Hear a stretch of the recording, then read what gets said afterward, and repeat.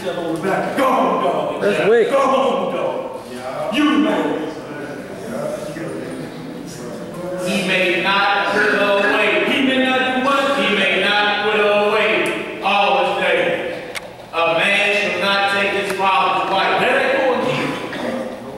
Nor discover his father's shirt. Let's hit this 1 Corinthians 7, y'all. We're going to get on out of here because this is Paul dealing with relationships that came together and then he found out the truth. Relationships that fell apart and the rules to that. Of what you do, every situation that we may be in right now, there's something that will correct that. All we have to do is get with the correction program.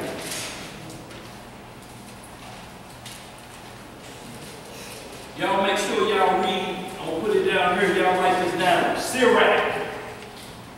Or Ecclesiastes in the Apocrypha. 25. Start at verse 22. And then start off talking about a woman, if she maintain her husband, is full of anger, impudence, and much reproach. If she maintains her husband. It's not talking about he done fell on hard times, the job closed up on him. What we're talking about is maintain everything he called her and had for her. Baby, the last is gone completely out of my drawer. I need baby. I told her my shoes down now. Baby. Baby. And then it's right in Sirach, chapter 26. And it talks about the virtuous woman and different things. This is not setting the bar way up here for no woman. It's just telling them you have talents to get to. You can't sit around and say, well, he didn't show me nothing. You got to develop your talents too, just like the man. There's woman talents. Romans 16, and we make sure y'all, we don't have time for that, y'all write that down. Romans 16 talk about women in the church and what their roles was and how they helped out in the church. No teaching.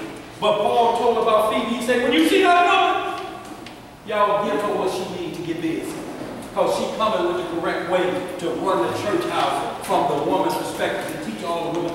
Help her out as you see her come. But never you will see Paul say, and let her teach to me. No, he's just saying, just like Christ, when he told the woman first what to do, go back and tell the brothers you've seen. Well, they were just said what? Let's start off the verse real quick. What you say? Romans 16. After that, about Christ, when he told them. What it says? No, I'm going to try to talk. What you want? Go ahead, what I say, boy. I'm going to take it right to it. What I say, y'all? We got it on tape. We got it on tape. Y'all got it on tape. Rewind. What it shows her memory about God. Romans 16, oh, we're talking about what Christ said to the woman who they met when they came to the tomb. Mary and Martha, they ran to the tomb first. He said, go back, and the angel told him, go back and tell the brother who's risen. So Christ would instruct women a lot of times. He talked about first, and he said, this woman been wiping my mouth with her hair since she's been here. You first, and they've been done well, but dogging me out since I've been here. It's not in a point that where it's ever to a point that you put a woman beneath your feet. There is work for them to do, like it's work for me. Women just got to find out what they're supposed to be doing. And then your thought process won't be always on what he ain't doing. That's what I meant about that passage when we talk about Christ, but I'll get that script where it's at. Yeah. And that's when he went to the Pharisee's house. I believe it is Luke 7. Yeah, when she was anointing his feet with her. But what I'm talking about in 28 now, dude, when they ran to the tomb. Go back and tell my brother this. Go back and tell them this. Women prophesy. Your sons and your daughters prophesy. But teaching a class, the congregation, not permitted. Not permitted, but y'all read that Romans 16 so you'll understand women's role in the church. And they weren't just taking a second seat to some things. They were handling business of the church with the women and everything. Teaching them women things, how to dress, how to keep a husband. Not that Tom's food. Did you see some lipstick there? What you see? No, it wasn't none of that. Wasn't nothing about tail bearing, fat lifting. Get you to leave. She's telling you how to play your role and understand what true submission is If you say, I want to get married, but that honor that part, I just can't do. What are you thinking about? What do you think that means? Why you getting? Why you did? Why you getting? Why a man say, man, you mean to tell me I got to ride this same ride for till I'm dead? Yes. Yes. Okay. Let's get to your 1 Corinthians 7, y'all, we're going to close out. Yeah, we got plenty more, but this is going to get right to the heart of the matter. It's about the real things about can a woman divorce a man.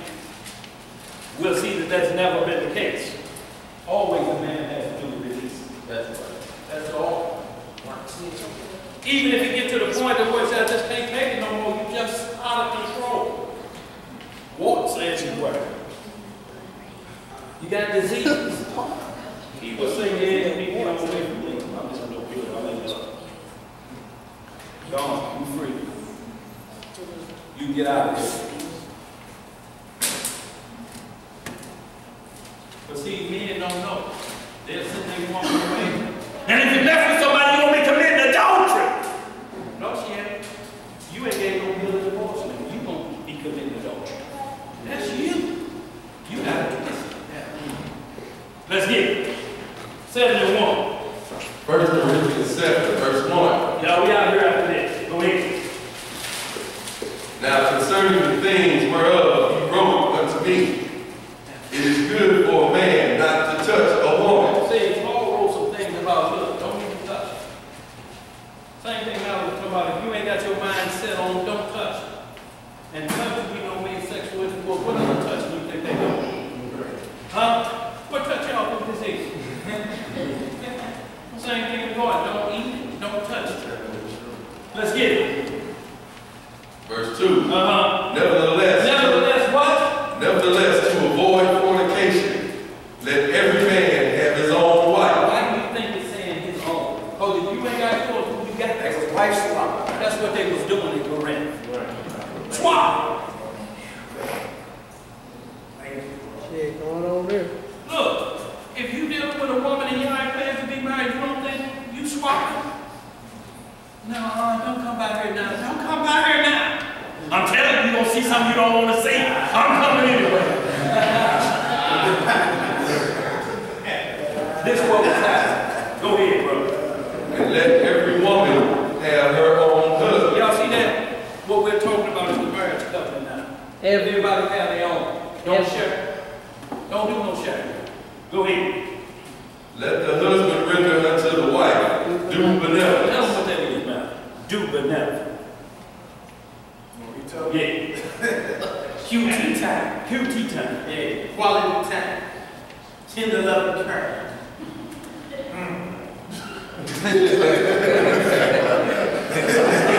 Look, if you worried about Valentine's Day, give us something on April. Give us something in July. Some flowers. Oh, you ain't got to know. Every time Valentine's Day come up, y'all break up. Because there's no flowers getting out before then. Not that you have to give flowers. You ain't got to go to church. You can go to Willie in this trunk. What you got to do, man? Oh, she like this one. Go where your money is good. What you have to do benevolence. That's the next question, ain't it? Let's get it. What else it says? And let every woman have her own husband. Oh, my bad. And likewise also the wife unto the husband. Y'all see that? So the wife, you got to do benevolence too. You have a job that you need to do to please your husband. But what we do? Y'all get into it. First thing y'all do is sit on the chastity belt. What being called the iron rod. And the foothold as the winner thereof. And ball up and turn to the side.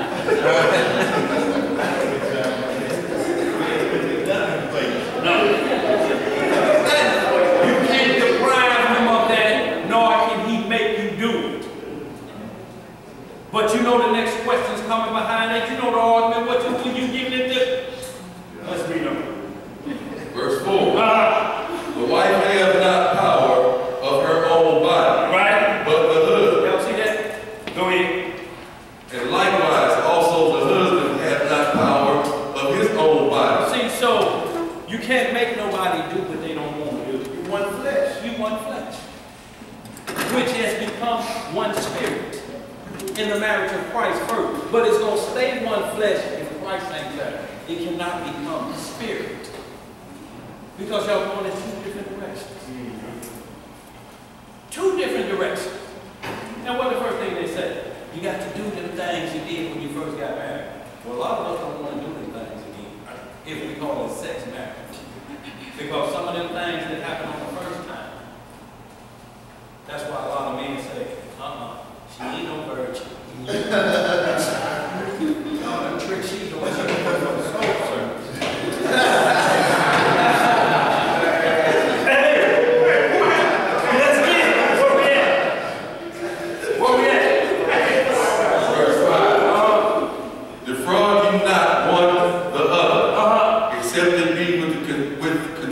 For a time, that ye may give yourselves to fasting and prayer, and come together again, that Satan tempt you not for your incontinency.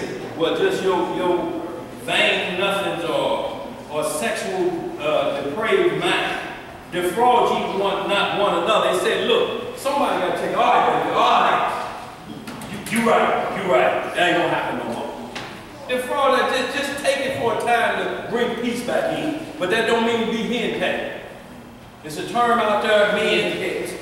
You can be right or you can have peace. To have peace means you're going to agree to everything you say. This ain't saying that. This just saying to get it down to where y'all ain't arguing in public or the kids hear y'all cussing each other out. Just one, take it, look, we'll finish this up tomorrow. Go on and get along just for a minute. That until you can come back together again, let's say drive a further wedge between you. Come on, let's read some more right here.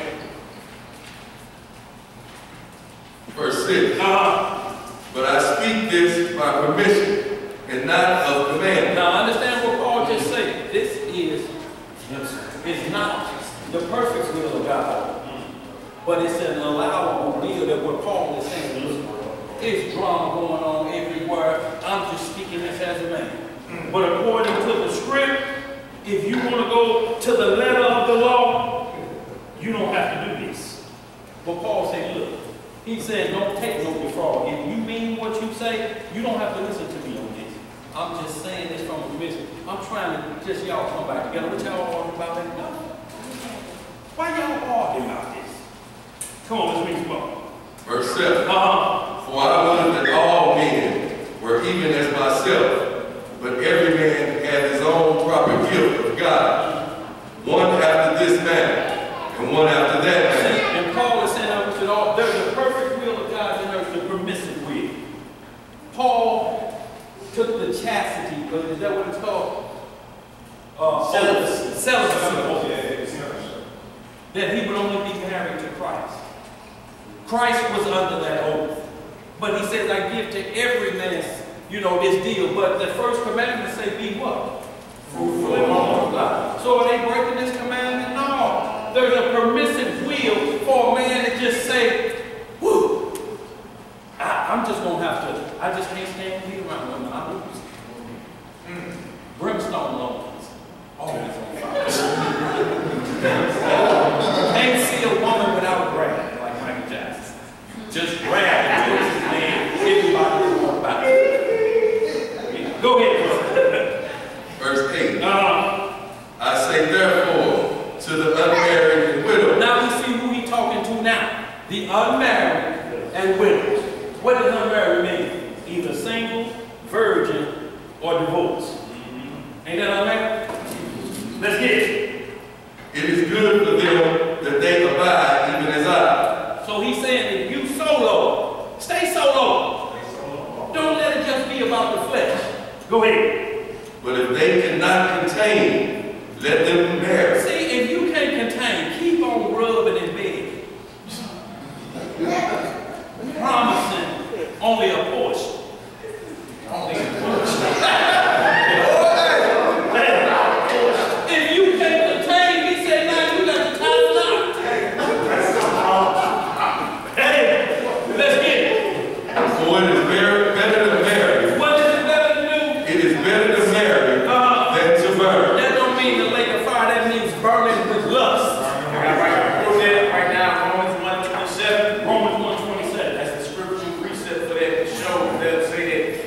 church. That means you're going to lake of fire.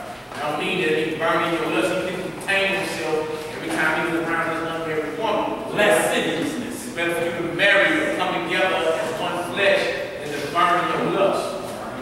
Let's get it, y'all. We almost out of here. Go ahead. Verse 10. And unto the married. And unto the who? The married. Now we're talking about people that's already in a committed relationship. See how it deals with, it's dealing with every facet of sexual intercourse between a man and a woman, married or unmarried. Go ahead. I command. What is that you doing? I command. Yet not I, but the Lord. Let not the wife depart from her husband. So, right there, he said the Lord is commanding this. Wife, don't you go nowhere. What does that mean? So I'm supposed to sit there and take this view, come in here smelling like somebody else cologne. Come in here and such. I'm supposed to just take that abuse, call me up, said my mama was talking to these chicks. I'm just supposed to take that. We'll see what it says. Go ahead. But, and if she depart, let her remain unmarried. See what the commandment was? It says, but if she burn out, the married woman. Don't mean she's divorced, but if she burn out, what does it say? Let her remain unmarried. Let her do what? Remain unmarried. So for her to be unmarried, or to remain unmarried, she had to be divorced at this point. How can she marry somebody else if she already married somebody, even if she depart? There has to be a divorce if she's remaining unmarried. There was a divorce there. It says, let her remain unmarried. I mean, don't jump back in the fire and chance, maybe y'all can get it back together before somebody else come in the midst and that Deuteronomy 24 is being violated because she can gather somebody else and then come back and gather with you. Let's get it. What does it say now? Go ahead. What does it say?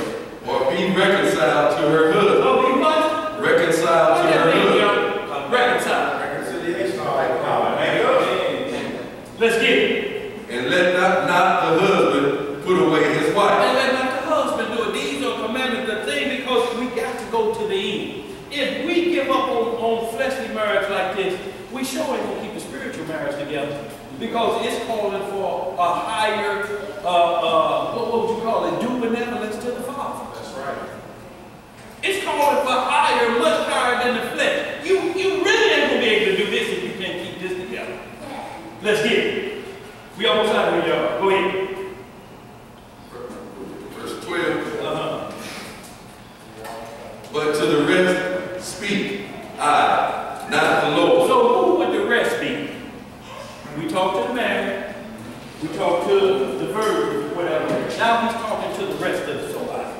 Let's see who the rest of these people are. Go ahead. If any brother have a wife that believe not, and she be pleased to dwell with him. So the rest of this is what he's talking about now, is a marriage that's unequally yoked. This is the rest of the group we're talking about. We have that issue, brothers come or sisters come, he a Muslim, I believe in the gospel of Christ. We war every day. He don't believe that this, what he's saying, that we Hebrew, she won't believe, she's still going to church. It ain't new under the sun what you're going through right now. This was going on 2,000 years ago. Go ahead, bro. Let him not put her away. Let him not do what? Let him not put her away. So he's saying right here, the woman that has a husband that believes not. What does she not believe? Huh? What does she not believe? But it say, but if she be pleased to dwell with him, let her not put away. You can have a wife that don't understand the way you do, or what we're talking about, a true believer. There's benefit believers. There's some that'll get with you because, you know, yeah, I'll say whatever you want me to say. You want me to be a Hebrew woman? I'll wear whatever you need me to say. Just keep spitting and snacks. I'll do whatever you want me to do. Whatever you like. Whatever you like. Whatever you like. Let's get it. Verse 13. And the woman which had a husband, what she got? A husband, right, that believeth not, and if he be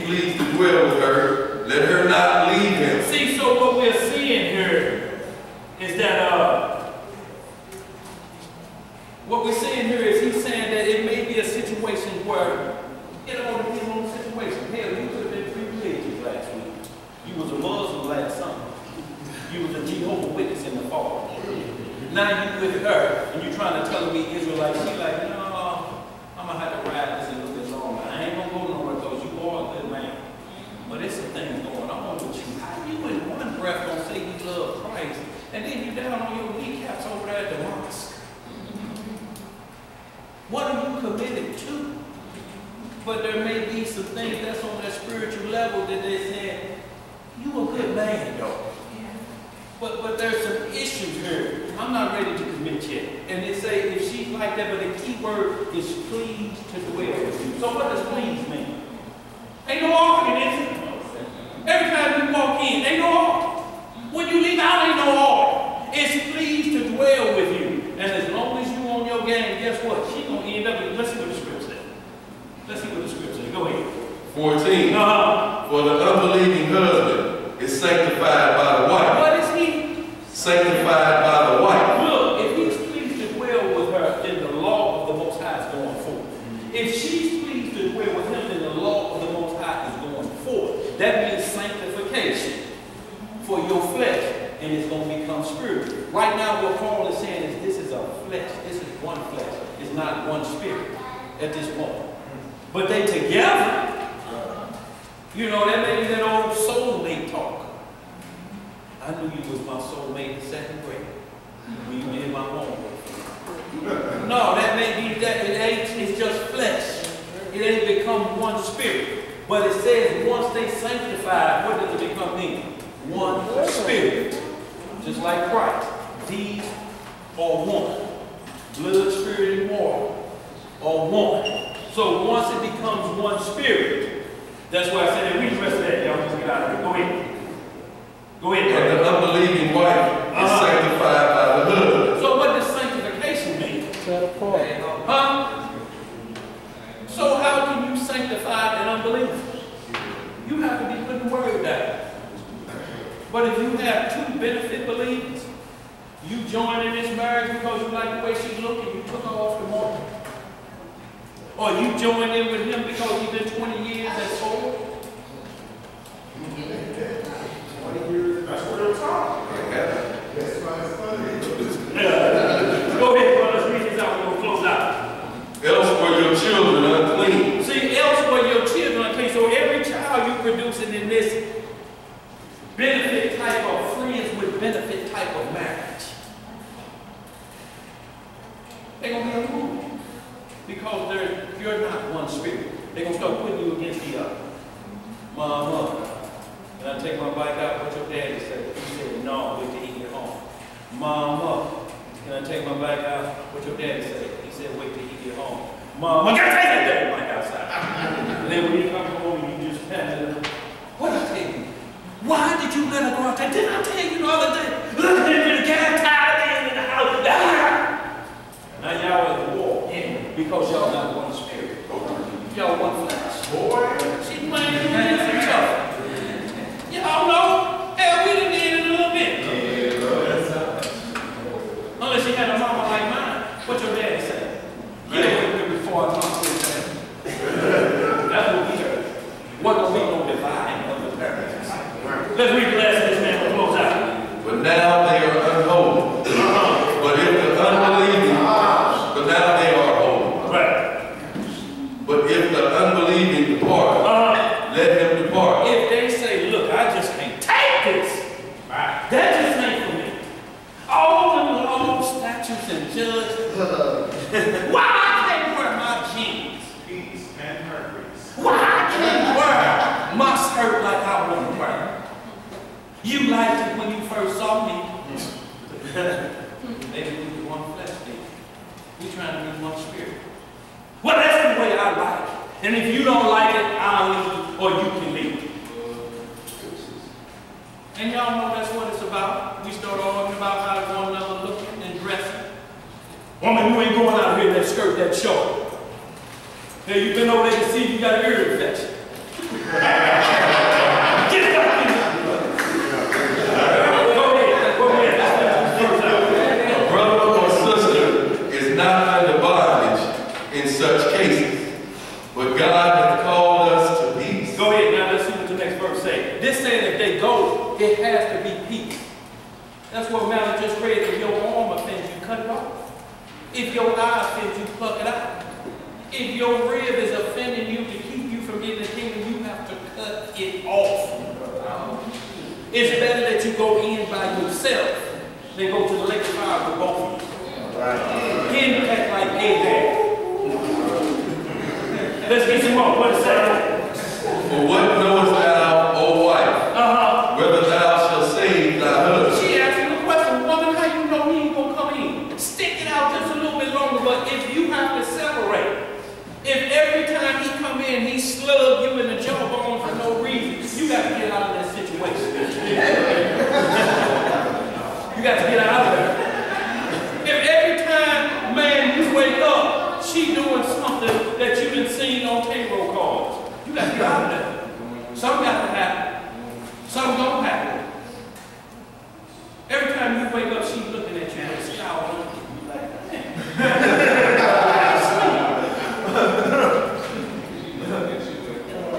Go ahead, finish this out, man. Or how knowest thou, O man, whether thou shalt save thy wife?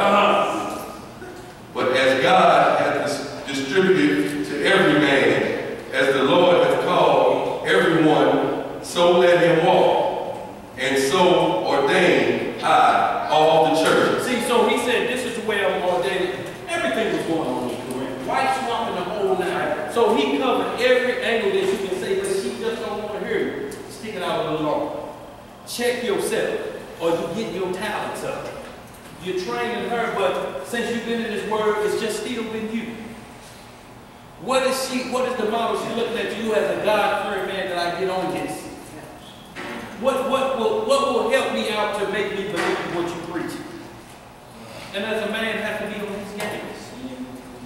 Christ is on his game, that's why we submit. He committed no sin. Ain't that the only reason we submit to that?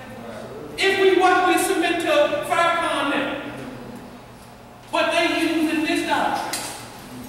Why are we going to submit to the strange woman? Y'all have plenty more scriptures. Y'all please write these down. Make sure y'all study those Sirach. 25 and 26 and also Proverbs 31 of the virtuous woman. The virtuous woman tells you she's always busy doing something, not just in the kitchen and the bedroom. Have y'all read Proverbs 31:10 to the end yet? And seen what this woman is doing? How many minutes they go in the street on such and such life? Don't want nobody even approach her. Because they know. They know who she is.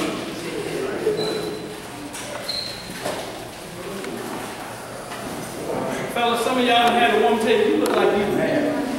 Right. Look like you have. I know you have. Yeah, right. That's what I know you have. Now, they goes you down. Just make sure that they goes you down with the Cub Scout pants and some flip-flops that she's been dressing in.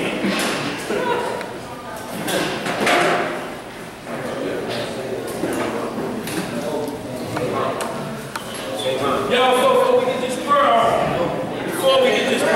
I'm going to get that back. What have we understood today about marriage? One flesh, one spirit. Jeremiah 3. What have we learned? Y'all make sure y'all write down Jeremiah 3:14. He said he's married to us. Make sure you read Jeremiah 3 and understand your commitment to Christ first. It has to be first. And what's that? Chapter 6. Tobit. Chapter 6. Tobit is marrying his wife. They make a covenant together. She said, I agree to this. He says, I agree to this. They sealed the deal in the marriage chamber. If you'd have been to the marriage chamber first, you got to come out of there and seal the deal like you just read in 1 Corinthians 7. Right. To make her sanctified again. Why she may not be believed? Because you took her straight to the killing floor.